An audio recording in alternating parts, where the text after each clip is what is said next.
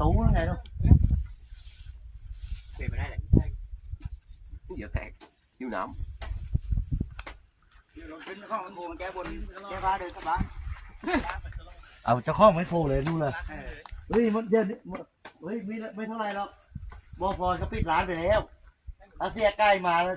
จบเลยเพราะมึงห้ามกลับบ้าน ขึ้นทำบ้านขึ้นต้องมึงก็โพสกันคุณไฟโบกขึ้นไม่ขึ้นมึงก็โพสเลย